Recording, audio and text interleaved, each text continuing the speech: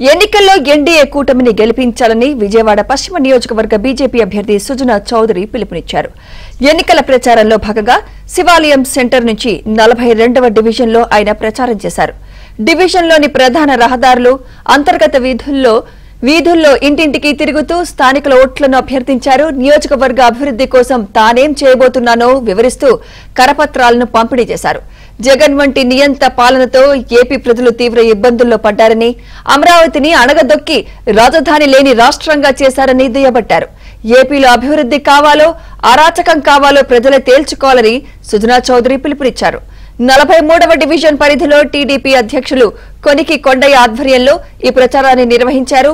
మాజీ ఎమ్మెల్యే వంగవీటి రాధాకృష్ణ, మాజీ MLC Buddha Venkanna, TDP అధికార ప్రతినిధి నాగుల్ మీరా, ఎన్టీఆర్ జిల్లా బీజేపీ అధ్యక్షులు అడ్డూరి శ్రీరామ్, బీజేపీ నాయకులు పైలా సోమినాయుడు, ఇతర నాయకులు, కార్యకర్తలు పాల్గొన్నారు.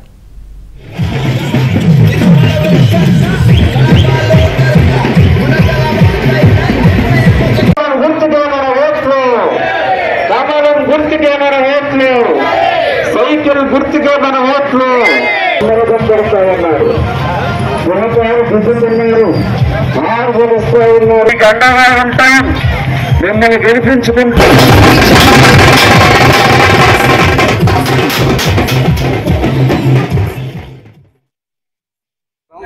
ఈరోజు 42 డివిజన్లో తిరుగుతున్నాం. ఇది భవానీపురం కిందకి వస్తుంది. ఈ కాలనీని కూడా నారా చంద్రబాబు నాయుడు గారి కాలనీ అంటారు.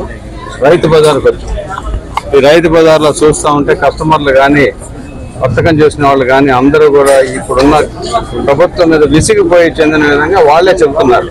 కాబట్టి వాళ్ళందరూ కూడా బ్రహ్మరథం పడతా ఉన్నారు. ఈ పరిసర ప్రాంతాలే కాదు, అమరావతి కానీ రాష్ట్రం కానీ అభివృద్ధి చెందాలంటే ఇప్పుడున్న ప్రభుత్వం పోవాలి. 5 సంవత్సరాల్లో మొత్తం అటవిక పాలన చేసి అరాచక